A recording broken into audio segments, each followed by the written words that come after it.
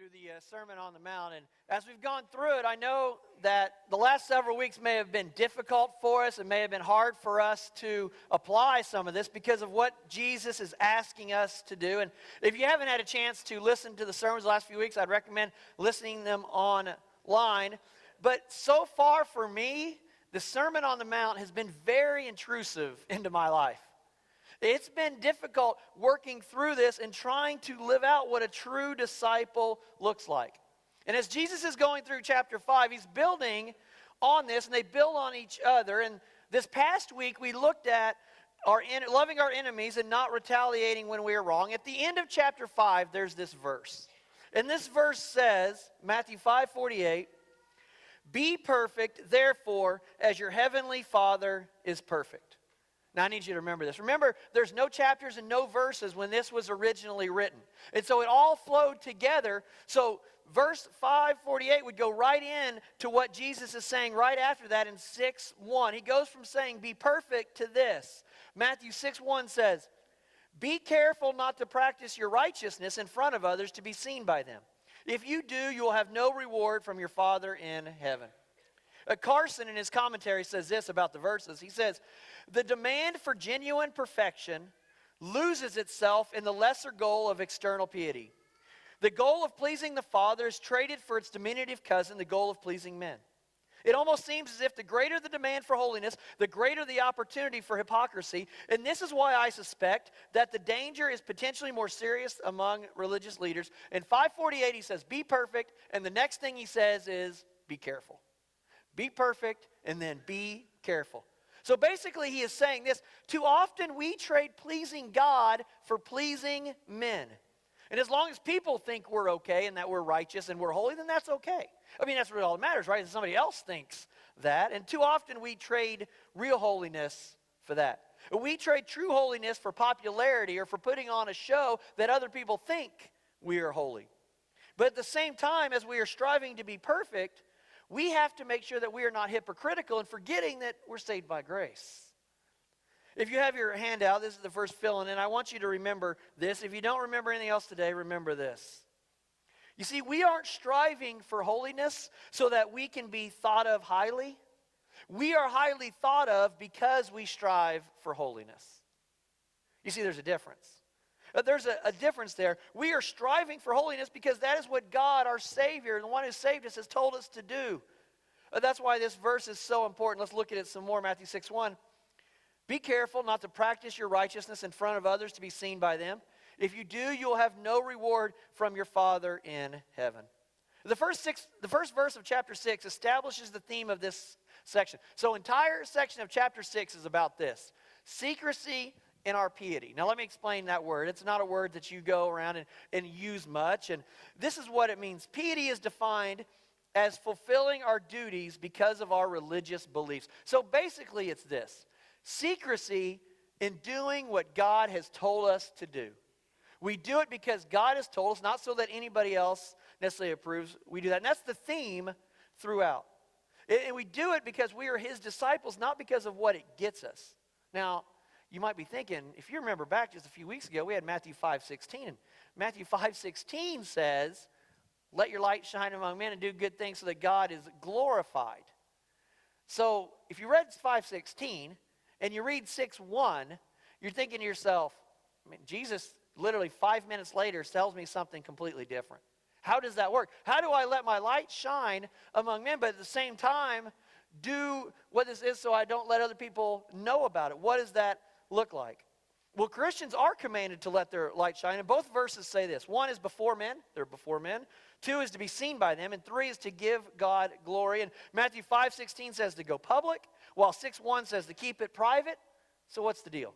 Mark Moore says this in his commentary. He says, "The contradiction is simply verbal. When we are tempted to hide our Christian commitment, usually in the face of public opposition, we must remember the words of 5:16. I don't know about you, but maybe you've been in a position where you didn't want to tell anybody or let them know that you were actually a Christian. And when we're in that situation, we need to remember 5:16. Let others know. When we are tempted to promote ourselves through religious activity, usually in a corporate setting, we must remember 6:1. We do this for God, not for our own glory. And as with most of the commands in this sermon, it's not appropriate to apply all of them absolutely. As we'll see later, you cannot actually hide your giving from your left hand. That would be really cool if your hands just kind of worked independently and you didn't know what was happening, and we're going to look at that in just a bit. But the Bible even has examples of public commitments. In the church of Acts, people would come and give money, and it motivated other people to do that. That was public. The church of Philippi did the same thing for Paul to help his missionary journey, and they did publicly, and other people jumped in. The Bible talks about public prayer. There's nothing wrong with that. And it talks about doing a time of mutual prayer and fasting. Paul says that. But again, we see that Jesus isn't talking about our behavior. He is dealing with the attitudes that motivate our behaviors. Jesus tells a parable later that directly relates to this idea of an attitude of pleasing men rather than God. It goes like this, Luke 18. To some who were confident of their own righteousness and looked down on everyone else, Jesus told this parable.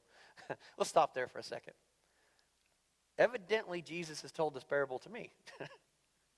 Because at some point, I've done this. I've been confident in my own righteousness and probably looked down on others. Maybe you've been there as well. And you've looked down and you thought to yourself, what's their problem? Man, how could they fall into that sin? If they would just be better.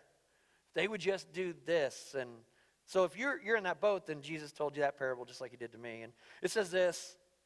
2 men went up to the temple to pray, one a Pharisee and the other a tax collector. So we understand the Pharisees who everybody would looked up to, and they would have said, dude, if I could just be like a Pharisee, that's who I want to be. Like, you know how when kids had a poster over their bed that says, be like Mike, they would have a little poster that said, be like the Pharisee, all right? That's kind of what they wanted to be like the Pharisee. And on the other side here, we have a tax collector. And if you remember last week, I told you where tax collectors rank. I mean, you have the poor people, you have the slaves, you have the shepherds, you have the donkeys, you have the donkey's stuff, and then you have tax collectors, all right? That is the level of a tax collector. It is the lowest.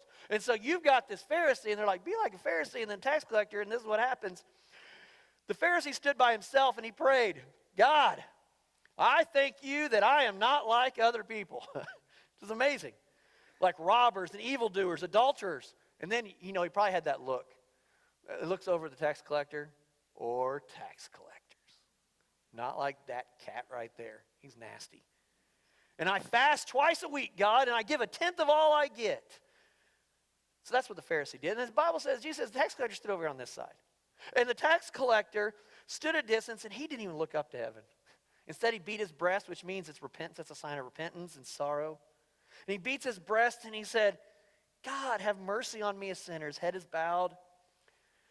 And Jesus says this, I tell you that this man, rather than the other one, he's talking about the tax collector, went home justified before God. For all those who exalt themselves will be humbled, and those who humble themselves will be exalted.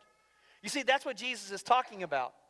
It is good for the Pharisee to fast twice a week. There's nothing wrong with that. It is good for the Pharisee to give God 10%. There's nothing wrong with that. That's good. Those are things God has told us to do. But you see, the Pharisee wasn't doing that to love God. He was doing that to love himself. And that's what Jesus warned us against. He says, don't do these things to love yourself. He says, be perfect like your heavenly Father, but be careful not to be like this. That is why you're doing these things, is so people will look at you and think, oh, look at that person. He says, don't flaunt what you're doing for God for your own glory, because one is rewarded by God, tax collector, and the other was rewarded by men. You see, we can't actually follow God the way we should when we are still striving for others' approval. There's a book that I give out all the time, and if you come in my office, there's a stack of yellow books, and when I run out, I get some more, and we gave a bunch to the high schoolers when we went and spoke at the high school. It's called Search for Significance. And one of those things in that book is approval addict. And I'm going to be honest, a lot of people struggle with that. We want other people to like us, which is normal. We want other people to approve of us. But the problem is when we begin to do things that we know are against God, or we know is not what God wants us to do, whatever it is, because of that approval.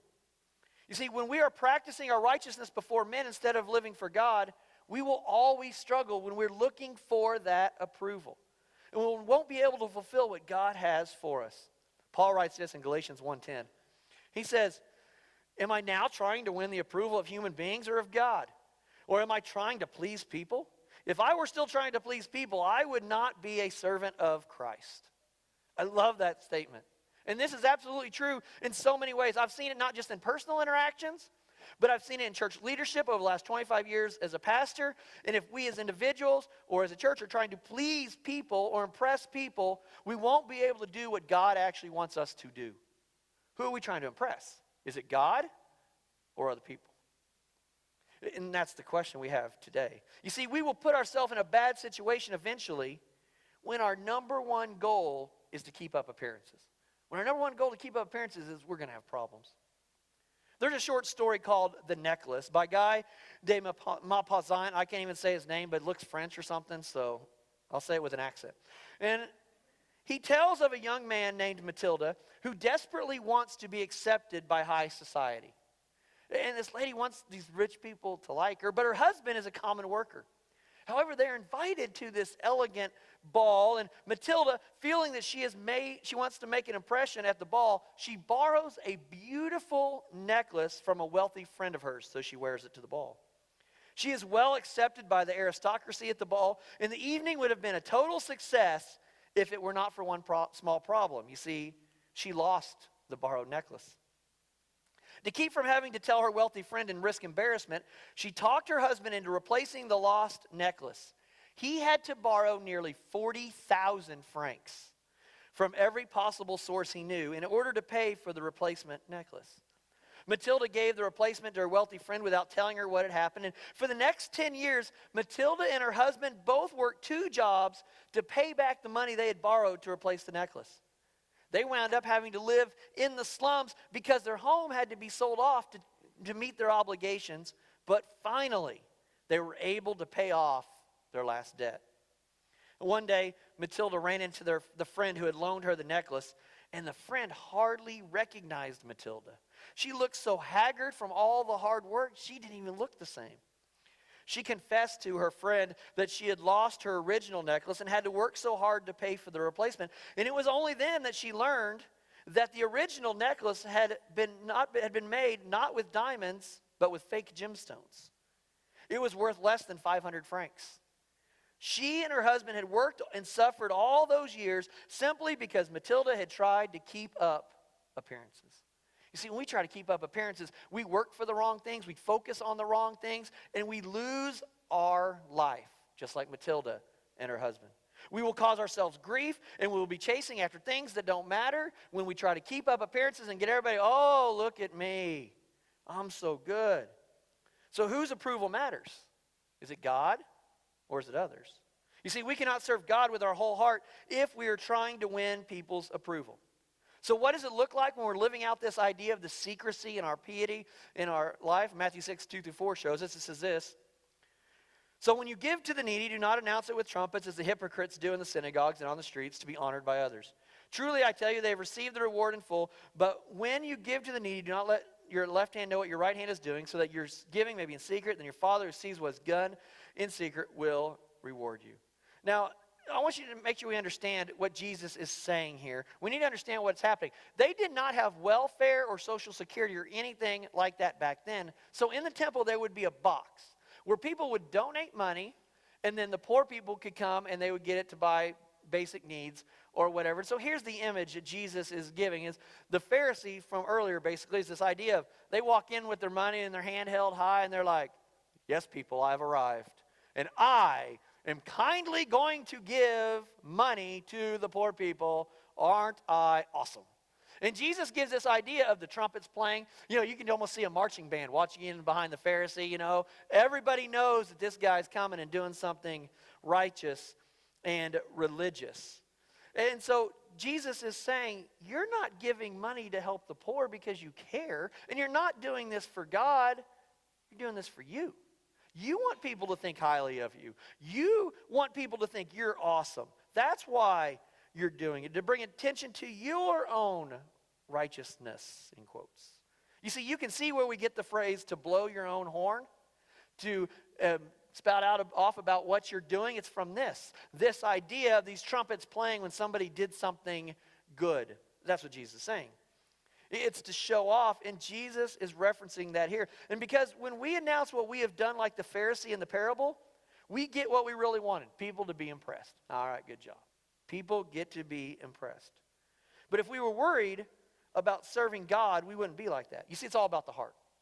And a heart that is focused on loving others and obeying God wouldn't need praise from people for them to obey God. If you have a heart for God, if you are a true disciple, you need other people to keep giving you attaboys and you're awesome and all that other stuff because you have Jesus' heart. You would do that anyway. Have you ever known anyone that had to tell you any time they did something nice? Maybe it's somebody at work. Every time they do something, they tell you, yeah, I did that. And it's constant. And it's kind of annoying. They tell you every little thing. Now, I'm kind of a sarcastic person. And it's hard for me not to be sarcastic with something like this. And I always want to say to somebody, it's always telling you, I'm like, good for you. I'm glad you decided to be a Christian.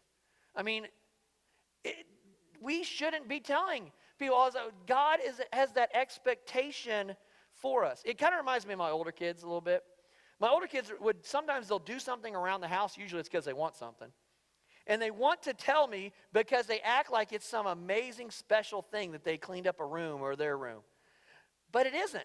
Because it is expected, and it's because you live here. This isn't extra. It's actually less than what you should be doing. And that's how some of us act. It's the same with us. We sometimes act like helping people in need is some giant, altruistic act, when in reality, it is just basically part of being a disciple. It is just who we are, and it is just what we do. Our hearts should hurt for people in need. And when we look at them, we see someone that Jesus died for, and they need our help. We see someone that needs God's love, and we can show them how much God really loves them. When I was growing up, I had a buddy, and he drove most of the time, and man, we were cool. He had 2 cars we could choose from. We could choose from the gray Pinto or the white Pinto. Who has 2 Pintos? Anyway, they didn't get blow up or anything, so I don't think they were that year. But anyway, so we would go to the comic book store with our friends. As you can imagine, we're in a Pinto going to the comic book store. There was no girls present with us. And as we would drive, my friend would stop every time he saw somebody on the side of the road asking for money. Now, thankfully, back then, it wasn't as common as today. Today, I don't know where we would get. We'd be out of money 2 blocks in. But it wasn't as common. But if he saw somebody that was on the side of the road asking for money, he would pull over. And until everybody in the car donated, he would not drive off. One time, one of the guys says, I'm not going to give you money. He goes, well, we're sitting here. I'm like, come on. So finally, he gave in. I mean, he's driving. What are our options at this point? And every single time we saw somebody, he would do that because his heart broke for these people. Now, here's the thing. It wasn't just then.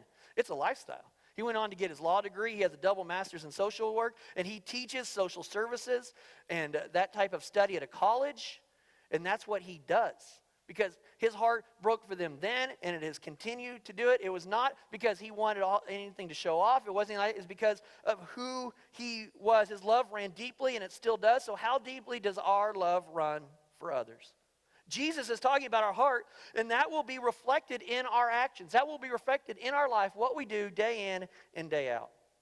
But we have to be careful that we aren't just doing things to look good. So how do we avoid that? Matthew 6, 3-4 says this.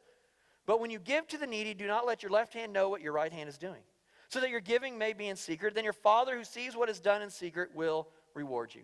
Obviously, that is nuts. You cannot have this hand over here doing this, and you're not sure what's going on. Maybe you've said that when you smacked your kid once. Oh, I don't even know what just happened there. But it really doesn't work that way, all right? You know, and you're like, oh, what's going on here? My boys too. Oh, I didn't mean for my leg to do that when you ran by. Yes, you did. It doesn't work that way. Jesus is being crazy. He's saying, that's so nuts. But he's making a point that says, if you can do that, that's how serious this is. If you don't even want that hand to know what that hand is doing, then it's easy to not let other people know what you're doing. It's easy not to brag about it if your opposite hand doesn't even know. It's wanting us to keep it under wraps. And if we think of that when we are helping others, then it will help us remember who we are actually serving. So the question is this: what have you done in secret to help others? What have you done? So I was trying to preach on this. It was kind of tough because I wanted to give you examples, but then I became worried that if I gave you the example, it was no longer in secret. You see the juxtaposition there? I know. So I thought through that, and I realized, no, I'll give the example because what mattered was my heart at the time. We were at CIY just a few weeks ago, and we were eating ice cream. We got ice cream late one night, and a guy walked up, and he's clearly disheveled, and he had a neck brace on, and he was a homeless guy, and he was coming up, and he was trying to order some food, and we were kind of off to the side, and I noticed his struggle, and the kids were talking, and I noticed what he's trying to order some food, and so he orders some food, and after he orders a little bit of food, they're like, is that all you want? He's like, yeah, and there you go. It'll be the price, and he goes, I don't have any money, I'm homeless. That's what he says into the speaker. Yeah, I don't have any money. And so, because I was trying to help him order and do these things, and I realized, I don't have any money. So I said, I'll get it. And so I pay for it. It was on sale even too, which is even cheaper. I wasn't expecting that, but it was great. It was cheap. And I paid for it and kind of went over. And I don't even know if the students even saw it. And I thought to myself at that point, I got two options here. I can use this as an example for the kids, and that wouldn't necessarily be wrong. Or I can just bask in God giving me a smile and a thumbs up. That's what I chose to do. So I didn't tell the kids. I didn't make it a big deal. But here's the problem. I really should have done more. I did the basic. I just paid for a couple of hot dogs. Literally, that's all I did. I should have included some fries. I should have gotten him some more food. I should have helped him out a little bit more. I just kind of did the basic. I did the least that I could do for that guy. And I wish I could say that I'm good on a regular basis about doing that, but I'm not. I'm just not. It may be a heart issue. Maybe a desire issue, and those are both very possible. And if that's the case, I need to work through them. If that's the reason I don't do this more often. But I think for me, the reason I don't do this more often is because it's an attention issue and an embarrassment issue. So what does that mean? It means I don't notice issues, I don't notice needs, and when I do, I'm too embarrassed to offer help. I don't want to get involved, or that's not my business, or whatever we say. You see, we have to have a new way of thinking for us to overcome this. What I'm going to say next is kind of strange. And if you think that I think it's strange, you know it's really strange. All right? It's kind of weird. But I think we have to rethink who we are and how we operate in the world around us. Here's what I think, and here's what's a little strange. I think it is time for us to be God's ninjas. Yeah. Who doesn't like ninjas? I mean, they're awesome. Like, they come in, you don't even know what they did, and they're gone. That's what God is. Jesus is talking about. I don't know about you. When I read the text, it was clear God's saying to be a ninja. Maybe you didn't get that from this text, but that's what I got from it. And I know that sounds weird, but I want us to see ourselves as people who are fighting for God. We are fighting for love. We are fighting to be God's hands here on earth. And I mostly say this because I want this mental picture of this ninja sneaking in, doing his job, and leaving, and everybody's like, what just happened? Who was that? That's what Jesus is talking about here. He's saying, you help. No one knows you were even there, and that might not even be possible, but you get the idea. We jump in and help, and especially when people who don't think they have anyone on their side, we show up. Somebody's like, man, life is so hard, I don't have anybody. Boom. We're there because we're Christians and we love them. Man, you know what? I don't know how we're going to pay for this. Boom, we're there because we're Christians and we love them. We jump in and we help where we can. You see, we have to train ourselves and grow in a few areas to do that, though. At least I do. Some of these are things that I struggle with, and probably some things that you may struggle with as well. And some of these are areas that we have to remember and keep at the forefront of our thinking. And the first way to be ready to help is this. Quit worrying about what people think and do what God is leading you to do. And do what God's leading you to do. Now, this is easier said than done. But we sometimes think, I don't want to intrude, or it's not my business. I'm generally a shy person. I know it's hard for you guys to believe. I am a strong introvert. So it is hard for me just to go up and talk to a stranger or whatever. But I can tell you, there's been times in my life where God has put on my heart, go do something there. Go talk to them. And I'm thinking to myself, no. I'm too embarrassed. That is weird. One time I was at Aldi's by myself, and I was parked, and the car directly in front of me, there was a lady crying. And I thought to myself, I wonder what's going on. How can I help that? And then I also thought to myself, how weirdo am I looking if I go knock on her window? But here's the thing. It doesn't matter. If God's leading me to go do it, that's what I need to go do. God will take care of any of those issues, and God will deal with all of that. But sometimes I let my embarrassment do that. And the reality is, if you offer to help somebody, it's very seldom that after you offer, you walk away, they're going to think to themselves, jerk, why'd they offer? Here's what they're going to think. Even if they say no thank you, they're going to think this. That was nice. That was nice of them to offer. I'm glad that they saw my need. I appreciate that offer. And it doesn't matter what people around us think about what we are doing because we live for an audience of one. We live for an audience of one. What does God want us to do? The second thing is this. We have to get out of our own head and look around to the rest of the world. Here's what that means. I don't know about you, but sometimes I have my head down and I'm just thinking of all the stuff that I need to get done, or my phone's right there, in front of me. We have to get rid of our phones just in my face, and I'm not looking around to see what's going on around me. And so for me to see needs and to help needs, I have to see the needs. Augustine says this. What does love look like? It has hands to help others. It has feet to hasten to the poor and needy. It has eyes to see misery and want. It has ears to hear the sighs and sorrows of men. That is what love looks like. That is what love looks like. And that's what Jesus is saying. He's saying if you are a disciple, that is what love looks like. And we have to open our eyes and listen so we can find needs and show God's love. And this is going to sound crazy. There's a great place to do that here in town, and it's called Walmart. I know. Some of you are thinking, I hate that place. I have made the mistake of going on like a Friday on the first day of the month. That is the worst. Like, if I wasn't a pastor, I might do something rude. All right? I mean, honestly, I just don't want to give our church a bad name because I really just want to ram my cart into somebody. Sorry, confession time. But not just somebody, probably several people. But at Walmart, if we have our eyes open and we're looking around, there's people that need help. Maybe it's somebody that's not quite having enough money to check out.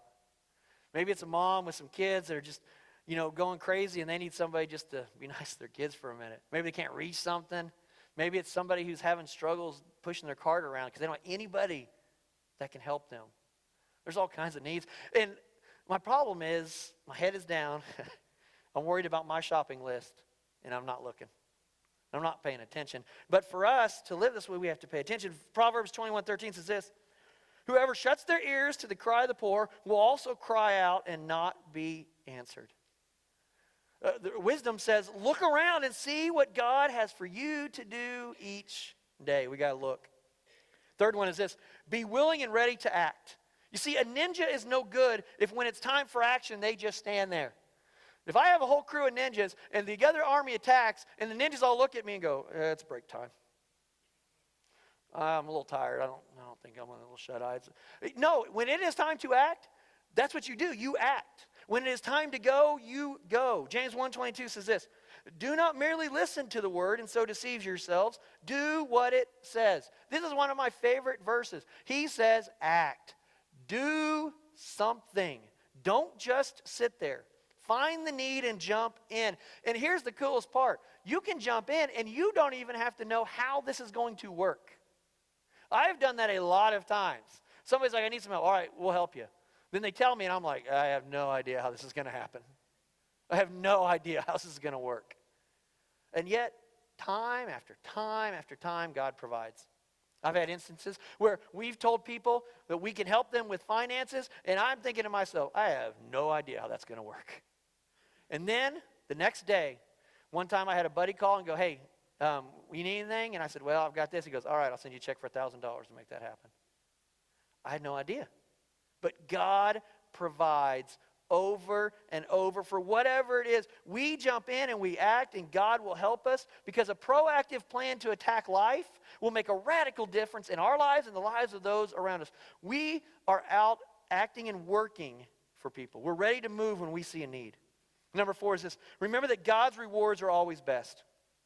This will keep us from the allure of looking for praise from people. We know what God has for us, and it's so much better. He has something better ahead, and every time we live out his plan here on earth, we are building those rewards. And when you do something in secret, this is what God's done.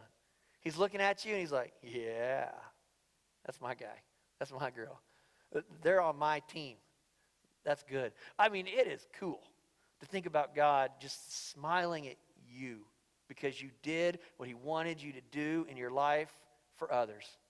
That's all the praise we need. And God says, it is worth it, man. I am there. I see it, and I will remember it when I get to see you in person.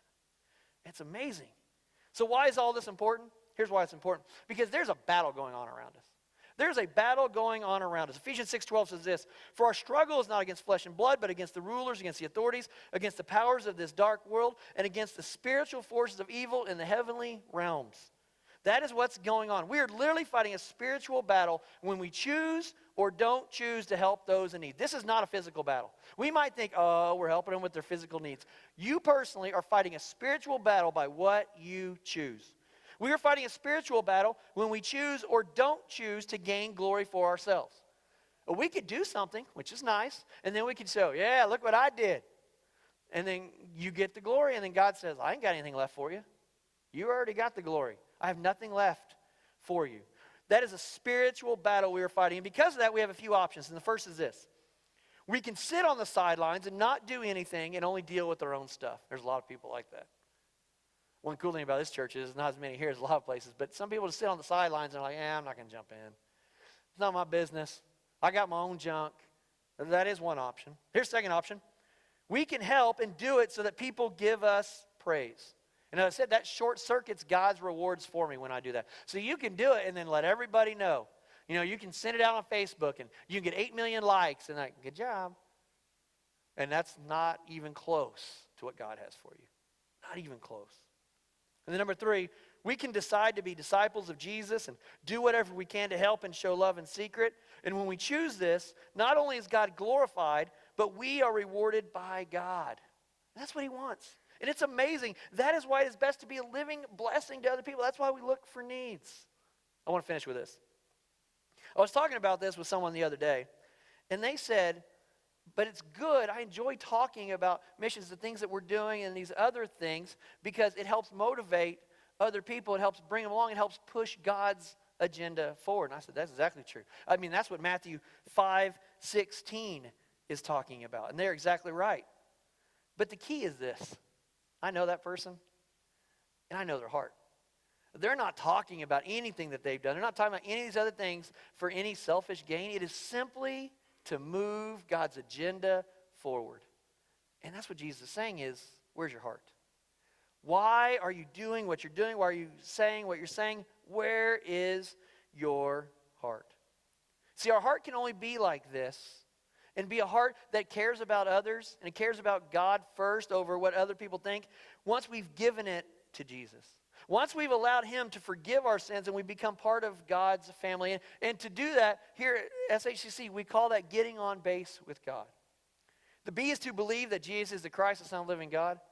A is to admit that I'm a sinner and I need a Savior. S is to surrender. And here's what surrender means. It means I will keep my eyes and my ears open and I'm going to look around and I'm going to find needs because I'm a disciple of Jesus.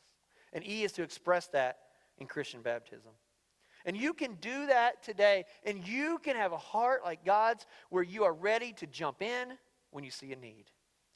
But I know many of us have already made that decision. Many of you have made Jesus the boss of your life, and God already has your heart. So you've probably already guessed what our homework is. Here is our homework for the week. Find a way to help this week in secret. Now, that doesn't mean no one knows, because somebody may have to know. But what it means is this, that you don't go around boasting and bragging about it, making it a big deal. We don't show to everyone that what we're doing so that we can get credit. Now, like I said, honestly, I don't think it's going to be that hard for you.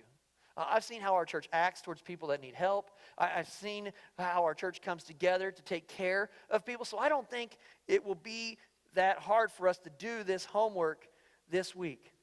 But this week especially, have your eyes open. Maybe it's Walmart, maybe it's at work, maybe it's wherever, maybe you're out of town, wherever it is, who needs our help? And don't be embarrassed. Think, I've only got one audience, and that's God. What does he want me to do?